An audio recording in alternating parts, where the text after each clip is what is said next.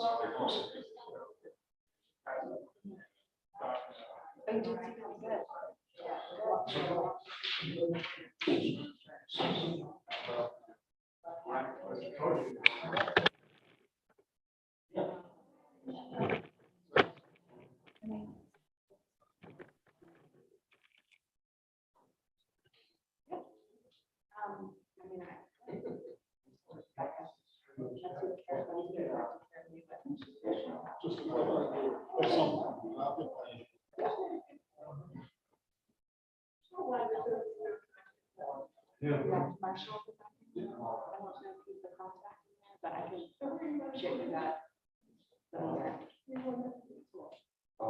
week, Dan, can you hear us? so my son. Yes, I can hear you, Nikki. Can you hear me?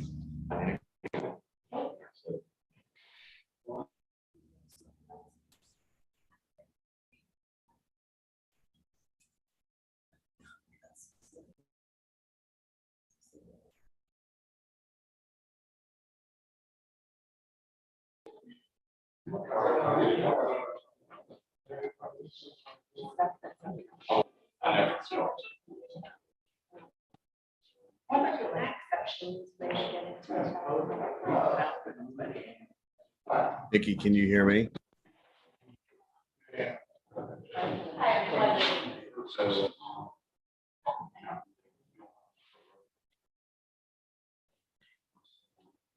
Okay, give that a try. See if we can hear you. I can hear you, Nikki. Can you hear me? Francis, did you hear that?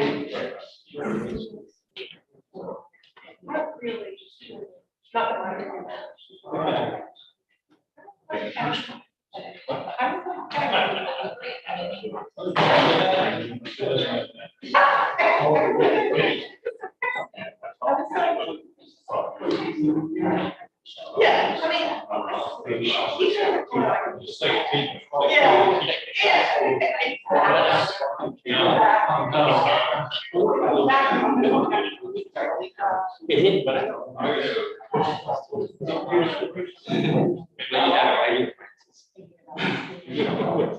Right.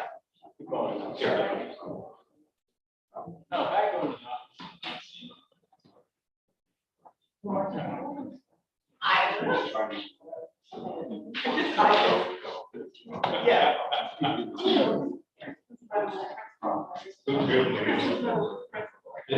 Yeah. I over 6 months. No, not so much, but I think she'll fit in with that. Oh, that's all. I mean. Yeah. Yeah.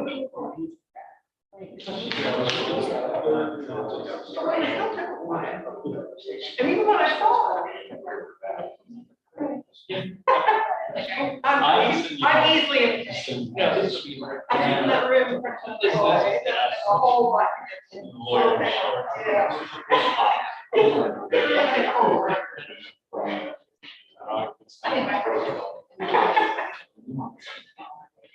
Look, if the town doesn't want it, yeah. Just saying. I think it's okay. So the Island, meeting is hereby called to order.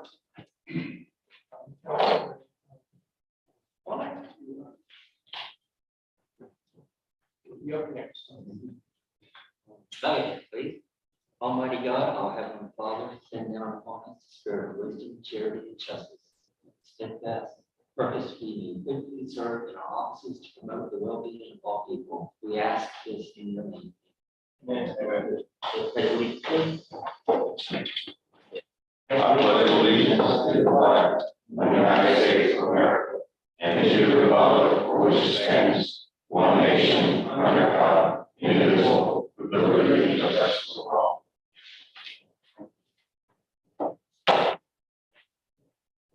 Since we have some members online, we have clerk please call the roll. Councilman Bowles, Present. Councilwoman Fabiano. Councilman Phillips. Here. Councilman Colonel. Present. Mayor Woolley. Here. Okay, so next, we're gonna go to a presentation by Low Country Local First for Community Business Academy. Here, okay, great. Hi, everybody. My name is Jackie Berger. I'm the Executive Director of Low Country Local First. I want to thank you guys for having us here tonight. If you're not familiar with Low Country Local First, we're a local nonprofit organization. We invest in local independent businesses, and I am a James Island resident city, but still I'm here in James Island, and we're talking about working with the town to do some really exciting projects, which as a James Island resident, I'm very excited about, because in a very self-interested way, I feel like this would be an amazing investment in our community. And Low Country Local First, we're focused on local independent businesses because those are your neighbors. They're the people who create jobs for us here in this community. They're the people who sponsor our kids' sports teams and make donations to our local nonprofit organizations. Like, they are the fabric of our community. And so that's why we focus our attention there. We work to make sure that the local businesses have connections to each other, have connections to resources to help them perform better in their businesses. We do public awareness campaigns to support people investing in our local independent businesses and shifting their consumer dollars towards those local independent businesses. And we do advocacy work to help level the playing field so that those local businesses can succeed and thrive here in our community. So we also do partner with local municipalities in a variety of ways. We have partnered with local municipalities to do promotion campaigns, both seasonal and year-round, to attract people to local independent businesses and drive their dollars that way. We have worked with local municipalities to create training programs and offer workshops to the local business community to help them do better. And we'll hear a little bit more about a very intensive training program that we could do with the town of James Island in just a second. And we also do work to attract local businesses to the community. So that's another piece that I will come back to in a second. But before I go any further, I don't want to take too much time at the beginning. I want to introduce Raquel Paget. She's the director of Low Country Local First Good Enterprises Initiative, and she runs the Community Business Academy. So Raquel, can you please come on up?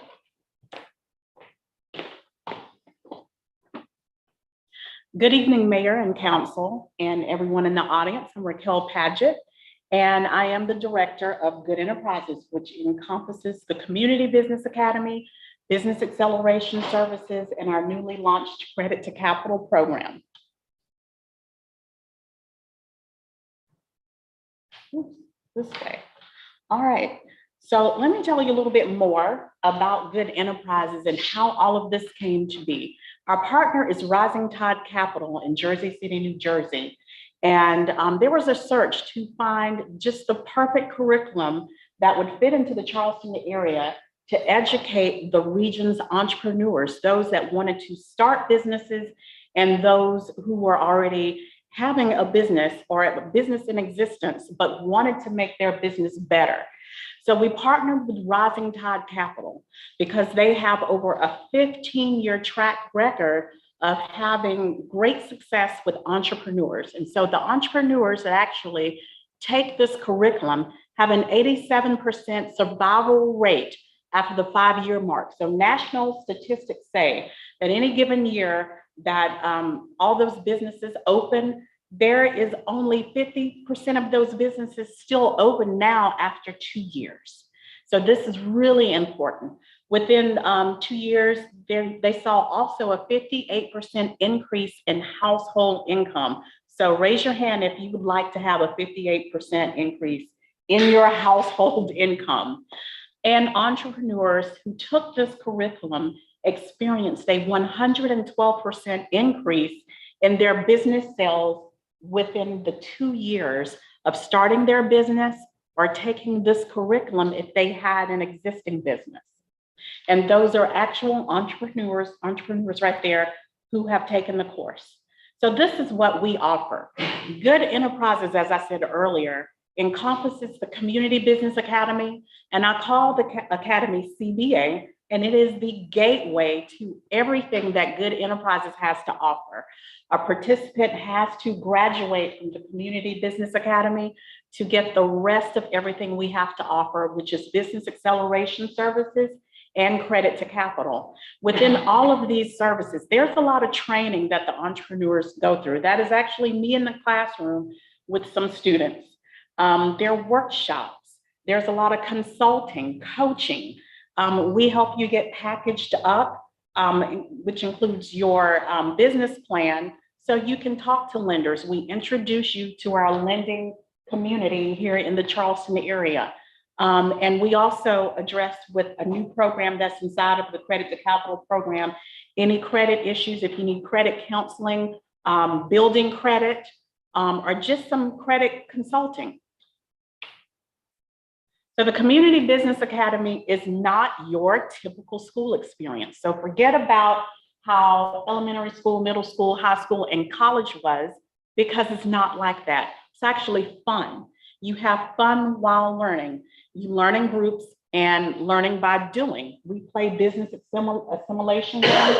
There are 3 of those in the 12-week course, and they are a lot of fun. The program is designed for anyone that has a for-profit business. If you have a nonprofit business, we will make sure you speak to someone that can help you in that area. But there's no prior experience, no prior business experience required, or you don't have to be a highly academic person to participate in the program. We've had students that had not graduated from high school participate in the program and go on to run successful businesses. So some of the course topics that we cover are the basic things that you need to know about running a business. Probably that if you already have a business and you look at some of these, you would probably say, I wish someone would have talked to me about this before I started this business. Like the monthly business cycle, financial planning and budgeting, profit and loss. One of my favorites is talking about pricing and cash flow, because if you do not monitor the cash flow or understand the cash flow in your business, more than likely your business is going to fail. After students graduate from the Community Business Academy, they leave the Business Academy with a 90-day action plan. So that's the first thing that you see there. And in that action plan, part of it may be that they need to do things like get business licenses, certifications, all of the things that you may need for business, like getting insurance. And we also provide a one-on-one business coach to those that are ready for that.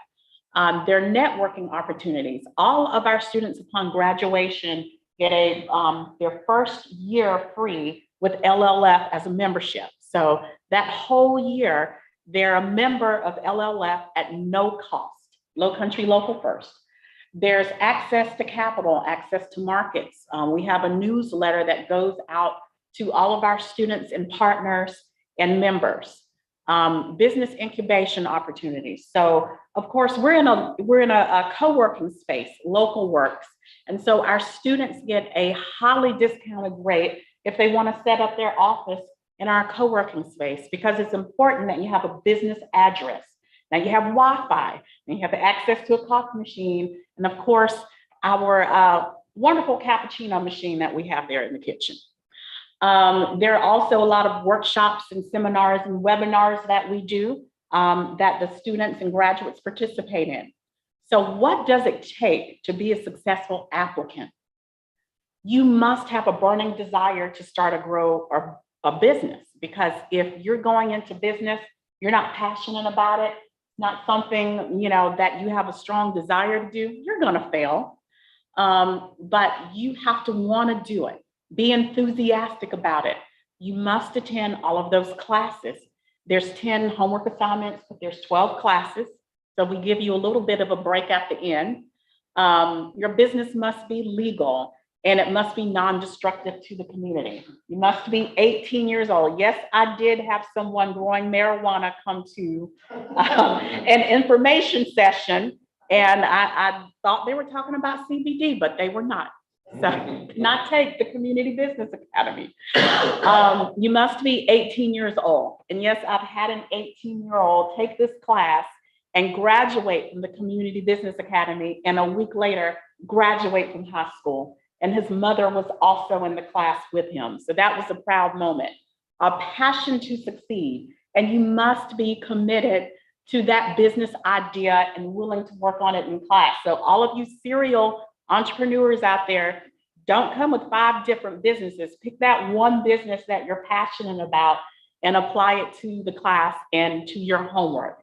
So here we are here. I'm Raquel Paget, and this is our team of instructors. Jocelyn Patterson is our program coordinator, and she's an instructor. And then we have Nilce Rapallo. In the spring of 2021, we started a community business academy for the Hispanic community, and we call it La Academia. So Nilce is the instructor for that class, and Jonathan Gomez is the class manager for that class as well. So here's our team of instructors, and I want to thank you for your listening ability through this, and we're not quite finished yet, but we surely hope that you consider this for the town of James Island. Thank you. So there's a 2-part proposal that is being considered by the town. And I love the idea of doing these 2 things together. They go really well in tandem, because the Community Business Academy will create this amazing pipeline of entrepreneurs in this community, or help to equip and kind of polish some of the entrepreneurs in this community. And then we can combine that with a community storefront challenge. So Low Country Local First has run these initiatives before, where we publicize and then get applicants, entrepreneurs from the community who have a business that they've already started, or an idea that they're really passionate about, and they put through an application and a business plan. And then we would be working with the town of James Island, with business leaders here, and with some of our experienced staff members to review those applicants, and then work with landlords here in this community and with the town of James Island to identify a location and set 1 winning or up to 3 winning entrepreneurs up with retail locations, and provide a 3-year subsidy, so that those entrepreneurs, as they start and as they grow their business, they get established in the space, and by year 4, they can shoulder the market rents. So it's a great way to revitalize a specific shopping center, or just to add to the dynamicism of this community. Again, I live here. I care passionately about this community. I know James Island is a destination to drive to, not just to drive through. So I feel like this is an amazing investment that we could make in our community. And I would love to know if you guys have any questions. No, okay. All right. Thank you so much. The next item on the agenda is public comment.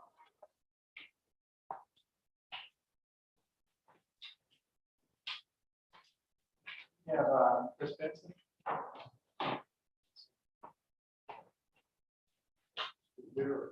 Yeah, how you guys doing? I own a couple of investment properties here in James Island, and for the most part, they're long-term rentals. And what's the purpose of owning an investment property, whether it's stocks, bonds, or real estate, right? Well, maximize return, right? And that's the intent. So I guess your ordinance is you can't do Airbnb short-term rental. And I struggle with the logic of that, because you can certainly beef up your revenue going to Airbnb.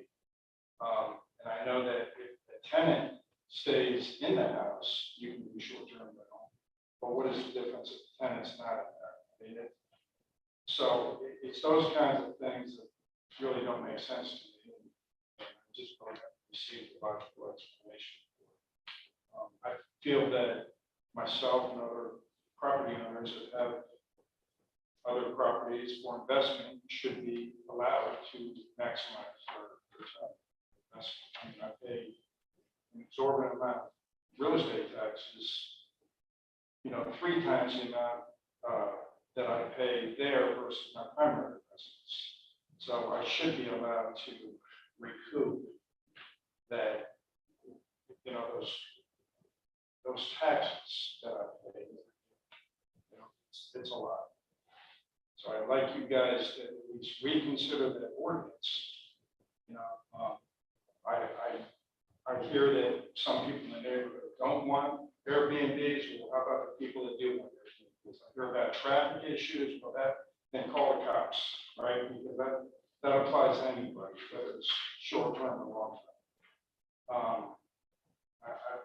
I don't think that the town of James Island should prevent investors from, maximizing their return. Folly Beach allows Airbnb, City of Charleston County. I've been living in this town for over 20 plus years.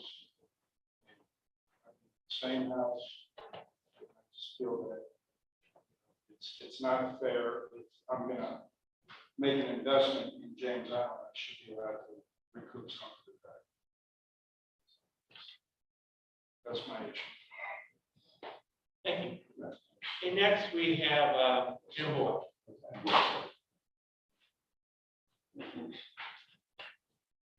Good evening. Pretty sure we all know what I'm here for. Obviously, I'm here for the speed humps and everything in Fairview. It is in the docket tonight that is going to go to an engineering firm. So thank you for getting that to that point. I didn't know the showman before I walked in here. I haven't talked to him. I have to second that. Honestly, I think that's a very valid conversation to rehash. I think something else that needs to be readdressed or looked into further here on the island as well, I have not thought this up before, is we need a larger police presence. I know Lieutenant James and his officers do a great job, but there's honestly not enough. I understand that it is very difficult to hire officers right now. That's doing what I do for a living, but we need more of one. I think it needs to be a redress. You look at Mount Pleasant, they have look at Folly Beach. Yes, they only have 3 officers, but they have their own. It's something that I know we pay hundreds of thousands of dollars a year for as a town, to the sheriff's department, the county, to have at least one here. I think we need to be more. Our population is growing too fast, getting too big to only have one officer here all the time, Monday through Friday. Thank you. Thank you. That's all we have signed up. So next we'll go to consent agenda. Is there a motion to approve minutes? So moved. Second. All in favor, say aye. Please call the roll. Councilman Bowles, Yes. Councilman Dolphin, Yes. Councilman Bowles, Yes. Mayor Wolf. Yes. Okay, so now we'll go to information reports. So first our finance report. Okay, just a couple of things. Under franchise fees, $37,000 compact. Lost funds are for April.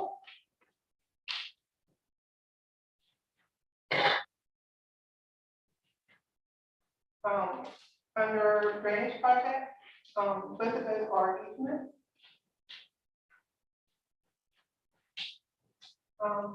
Hospitalities, April 2, April also. Under the following road beautification is reimbursement for design work. I know you have some ARPA information and maybe you'll refer to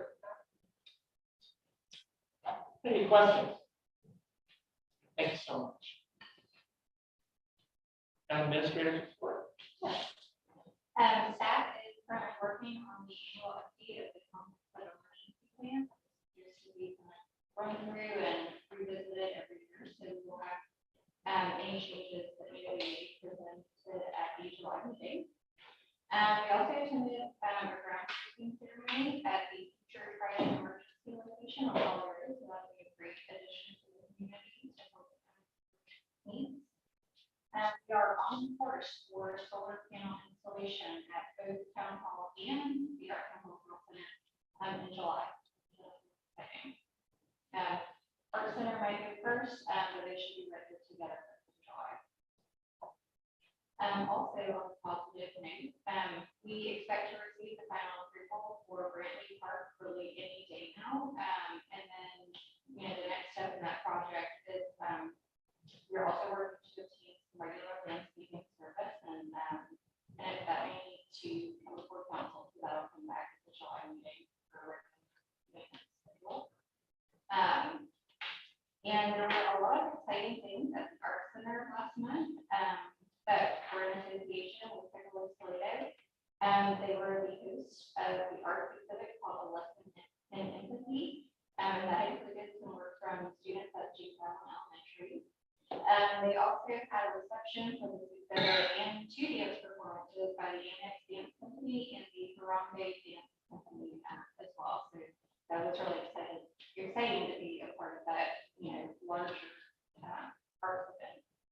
And then also, as Meryl mentioned, I have a handout for you with just a breakdown of the ARPA funds. The town has received to date $1,854,630. So that is equates to 1/2 of the total amount funded, which is $3,709,261. So also on the handout is a breakdown of the different drainage improvement projects. Total project budget, and then the next column is the expenditures to date. So you can see they're all pretty early stages, but and then the remaining budget. So we expect the second payment of those funds to come this fall. Any questions for? Thank you.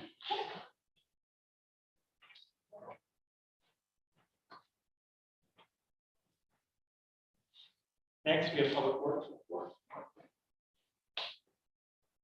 Good evening, everyone. Let's see.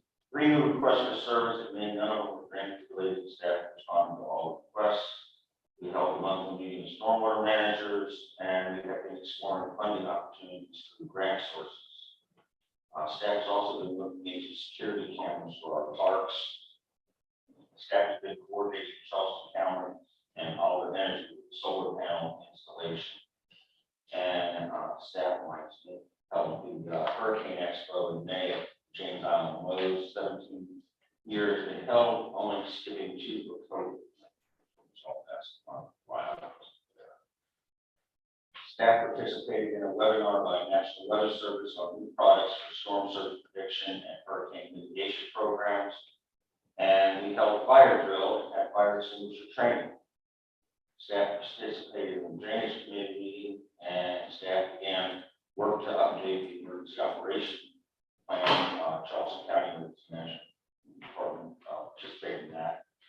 Staff organized a rabies clinic with pet helpers at Town Hall, and we've been having dock companies look at the Brantley Park dock repairs.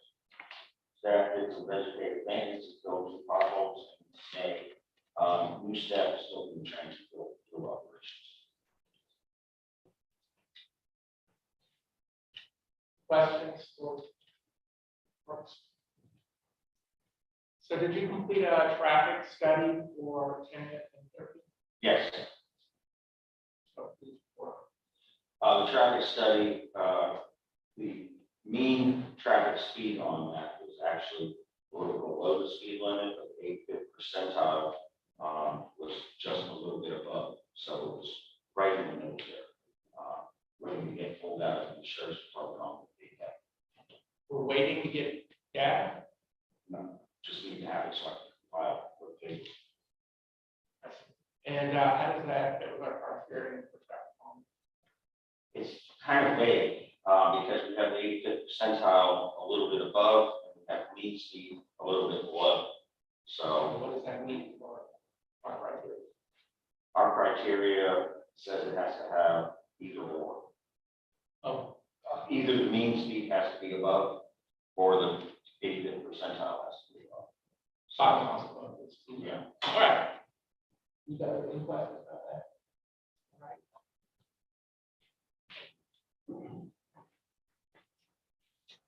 I think I should do Bill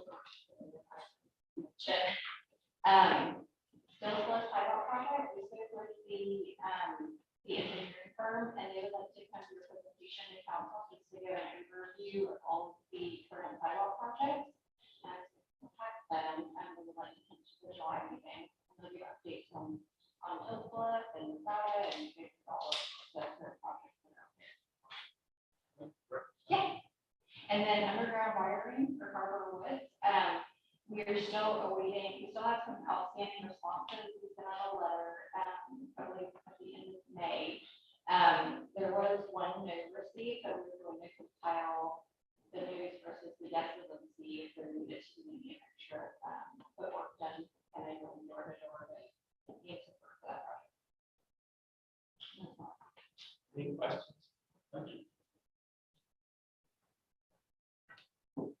Alan, share control. Good evening. While we're sitting there, it's probably my shortcoming. I didn't send in the stats. I just said, so we now have the stats that we got from the sheriff's office. Those got 2 weeks ago. In the last month, we got the new ALPR put in, the license plate reader on Harborview, which is tracking both directions on Harborview Road.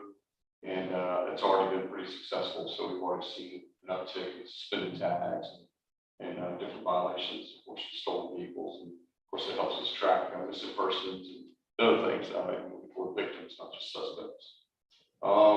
We've been very fortunate. We had a shooting, of course, over here where the gentleman survived. He was shot 6 times on Jeffrey, which occurred, of course, on May 18th. Since then, we've done a lot of investigating, and we pretty much narrowed down that we know who the shooter is, but we won't be able to prosecute this time unless we have somebody come forward and have somebody actually put it on paper or give us a statement. But anyways, this person has been on our radar before, and we're just hoping that there's no retaliation. Fortunately, we kind of stepped up in that area, and we haven't had any retaliation whatsoever. So that's good. On June 6th at 1:39, we went to stop a car, red Dodge Avenger, for several move violations. 17-year-old male juvenile was contacted. Vehicle was searched due to odor of marijuana and also a gun, marijuana and a gun located in the driver's seat. And he was issued a custodial promise, which means a parent signed for him for possession of a handgun under 18, a lawful carry of a handgun, possession of marijuana. Then we also had on June 7th at 2:02 in the morning, we had a white Explorer that was stopped for speeding, pursued, later crashed into another vehicle in front of Grimbour Road. And a Mr. Johnson, information was located inside. He had left crack cocaine, marijuana, and a Smith & Wesson 9mm in there. One screen failed to stop the blue light, possession of intent to distribute crack cocaine, possession of intent to distribute cocaine, possession with intent to distribute marijuana, possession of firearm by a convicted felon, and leaving the scene of accident, an unattended vehicle, and reckless driving. On June 8th at 12:07, we had a carjacking, recovered stolen vehicle, which was by Deputy King. We had a Mr. Paul Sowers got into the victim's unlocked vehicle, the purple haze, and after he punched him a few times, and then took off with his car, and then after he fled, he was actually located at Harborview at the gas station, where he was causing another disturbance, and he was charged with strong arm robbery. And on June 10th, we had a recovered stolen vehicle. We had a white Nissan Titan that was speeding, fled on a traffic stop until it crashed into the marsh. 3 juveniles exited the vehicle, were detained. The vehicle was reported stolen through Dorchester County, and he was issued a custodial promise for speeding, failure to stop at blue lights, possession of stolen vehicle. He was turned over to his parent. The other 2 juveniles were released.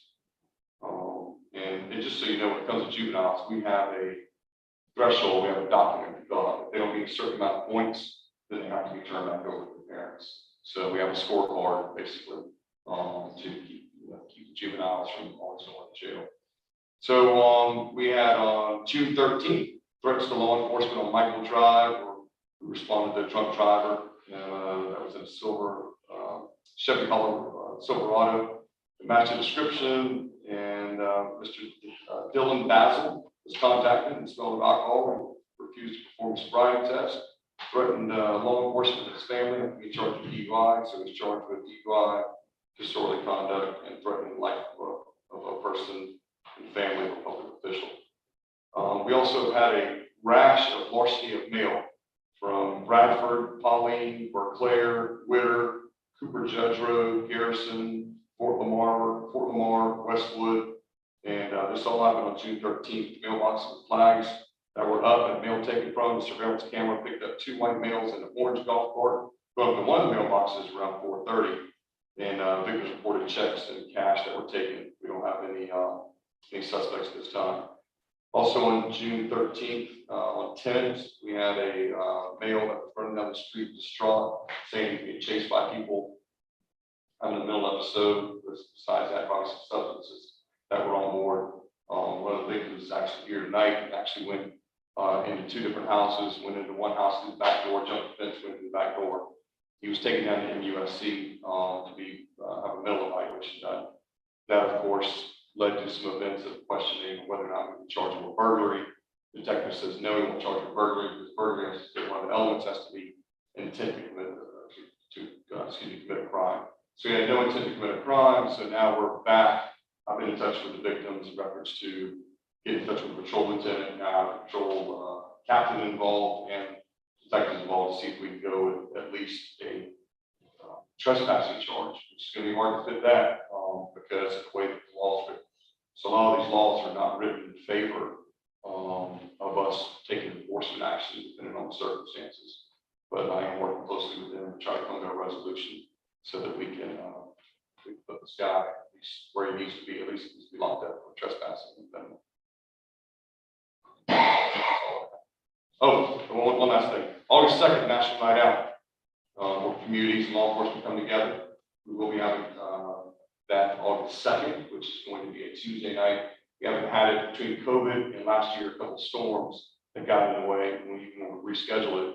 But we'll have everything out here from our SWAT truck to dive to the boat to the command post, K9, motorcycle, whatever it is, that we can, of course, let the community come out and see some of the toys that we have, some of the things that we have to offer, and hopefully we can bring the community closer to law enforcement. Any questions? Okay. Any questions? And beyond the sheriff patrol, I think we have 1 full-time dedicated officer. Is that all we have? Yes, sir, 1 full We time, have 1, that's in the entire officer, patrol is 1 full. 1 full time. We have 31 part time. And how many hours part-time?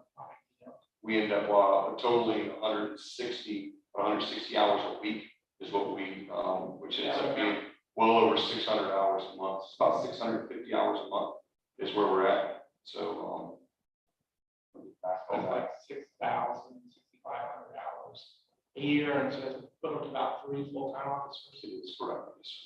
So And we have that way, about 4 full-time officers currently, Yes. 12 equivalent. that is correct. And that would be just county resources, right? We also have city. That is correct. And that's not counting our patrol division that also, because we supplement patrol. We don't take the place of patrol. So we're supplementing as far as that goes. And This is our additional, on top of what. And also, I'll say that having that option to be able to adjust hours when we have a crime like this, during a certain amount of time, I can actually adjust them more than somebody. A lot of times it's full time. You don't adjust in, they're on a regular schedule. And so a lot of times it's a lot more flexible. Thank you. So next, we're going to action item, the acceptance of Charleston County local option sales tax. Would you explain that? Yes, so we received some correspondence from Charleston County, and I apologize if it was confusing how it was worded, but the county calls it Charleston County local option sales tax for tourist related expenses. Also known as accommodations tax. So the town of James Island, along with 2 other smaller entities, were the only entities that were not collecting the 20% distribution from the county's local option sales tax. So this is determined by the county's collection within our jurisdiction, and it equates to 20% of that. So for last fiscal year, they have collected $2,712. And for the current fiscal year, it is $2,085. So it's not a huge amount, but it could be something you spend towards, related activities, but those specify that it needs to be used specifically for those types of activities. So motion to approve, So moved. second, Second. any discussion? I'll just add that, basically, we can spend money, anything we spend on hospitality. No, we will have to report to the county what we spend. All right, if there's no further discussion, please call the roll. Councilman Bowles, Yes. Councilman Phillips, Yes. Councilman Bowles, Yes. Mayor Wolf, Yes. So that passes. So next we go to the request for approval, of Community Business Academy of the Low Country.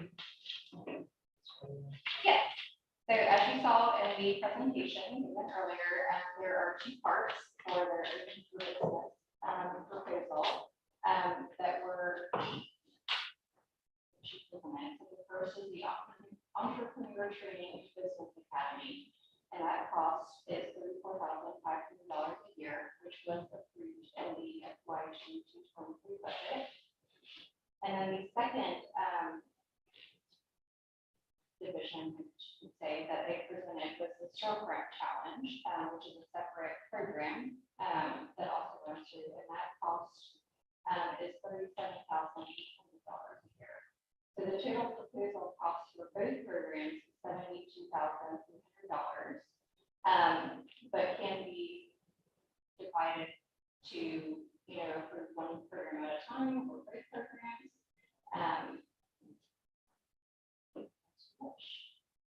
For motion to approve.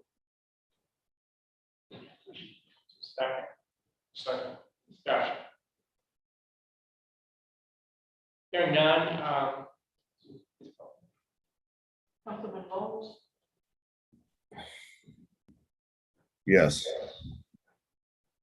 Councilman Wolf, Yes. Councilman Bowles, Yes. Mayor Wolf, yes, and so that passes. Okay, next, the request for approval of JLA engineering for traffic analysis. Councilman Colonel asked for us to look into what we can do to work on the traffic calming on tenant review. So we requested that JLA engineering firm that's on our on-call list. We also did the previous study back in 2019 to add to the data that they collected in that previous study to add on a review of tenant review.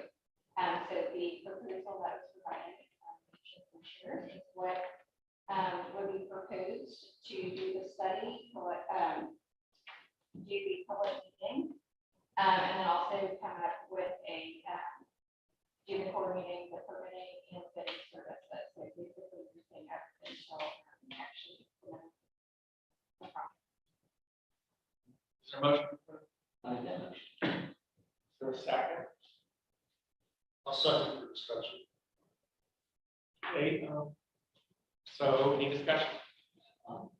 I have just one thing to say. I had planned to do a separate request, as you guys know, about the radar signs.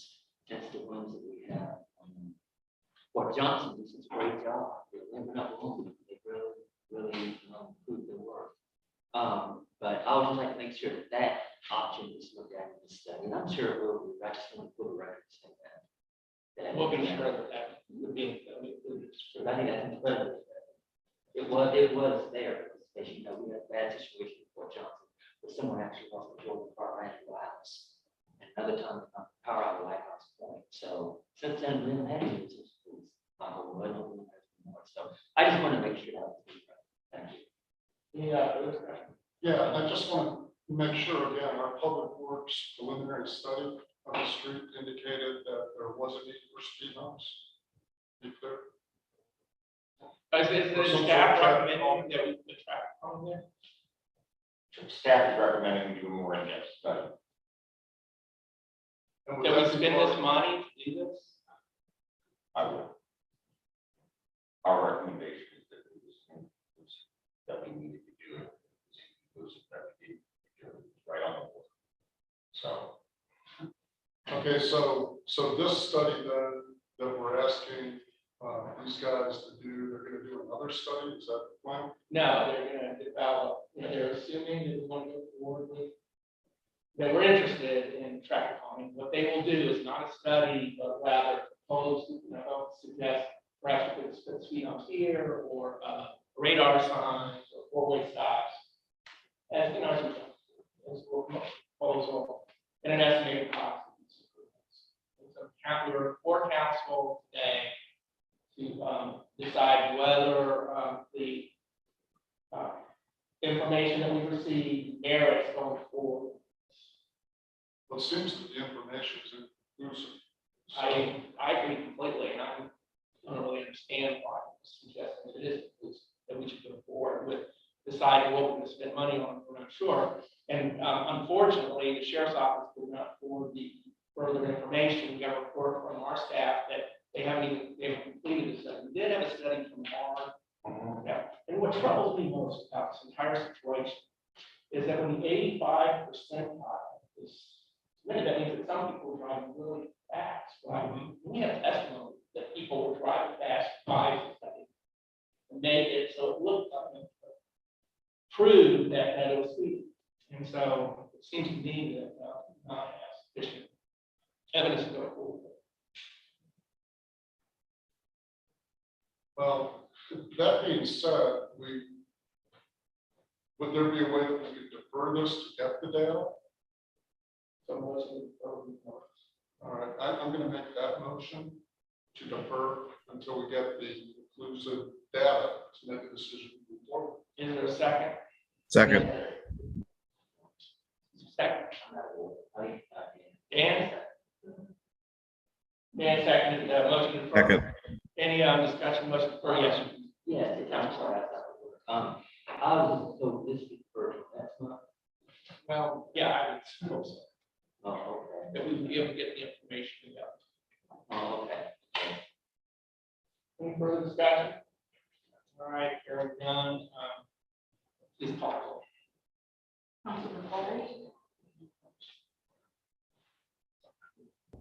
Yes.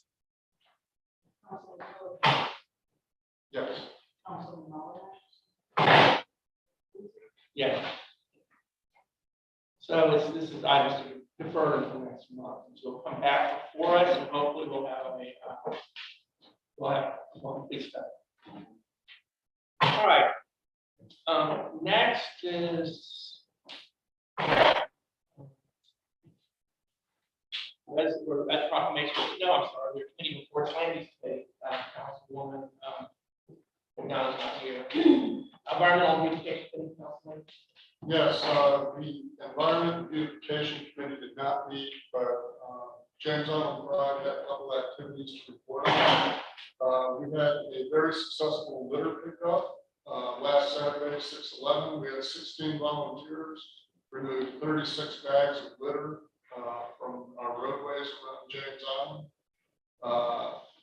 We focused on Harvard Road, Dills Bluff Road, Camp Road, and a little bit on Fort Johnson, and found a whole lot of trash. It was pretty remarkable how bad it was out there. But we rewarded our volunteers with some pizza on the porch afterward, and look forward to the next one. We had help from the Exchange Club doing Folly Road, and then everybody else kind of split up among these various roads. It was mainly James Island Pride people and a few community volunteers. If you're interested in joining us for the future, Keeping James Island Beautiful campaign, you could like James Island Pride on Facebook. It's a great organization. I would encourage everybody to get involved. Also, we have another branch of this organization called Helping Hands. Helping Hands takes care of people's yards who don't have the ability to do that. People generally who are elderly or have medical conditions that can help maintain their yards. So this group goes out and cuts the grass, does some raking, light yard work. And summertime, the grass is growing, so we need to get there more often. But our next event is June 25th. And if you're interested or have an organization that wishes to get interested, you can contact Stan Kozakowski, or just Stan, if you will, at 860-847-0544. We're looking for people that have groups that might want to help with this very kind service. That's all I have. Any questions for our? Thank you. Children's Committee, no report. Public Safety Committee, Yes, thank you. Just that we'll be having a meeting next Thursday, 23rd, here in these chambers. And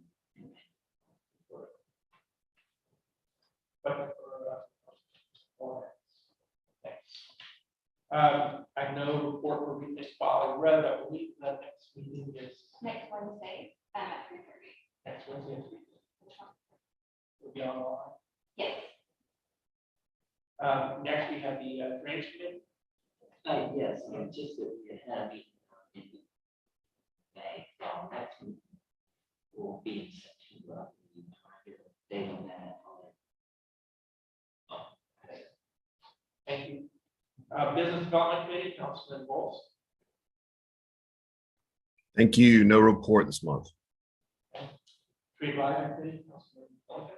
No report, did not be. And then the St. Colin Governmental Council, I think, Councilwoman Caroline Parker elected as chairwoman of that body. That's our last meeting. And the next meeting should be coming up before too long, but I don't have a date. All right, next, we have proclamations, resolutions, resolution 2020-10, request for town partnership with the South Carolina Battleground Preservation Trust for National Park Service grant. Yes. So we were approached by the South Carolina Battleground Preservation Trust to act as a partner for a grant application that they're seeking. The specific grant program is funded by the American Battlefield Protection Program, which is the division of the National Park Service. And they will pay for 50% of the purchase of 1.5 acres of the Fort Johnson property, which houses the university president's house, or otherwise known as some other different things. But so they, yes, the Harbor Master's house.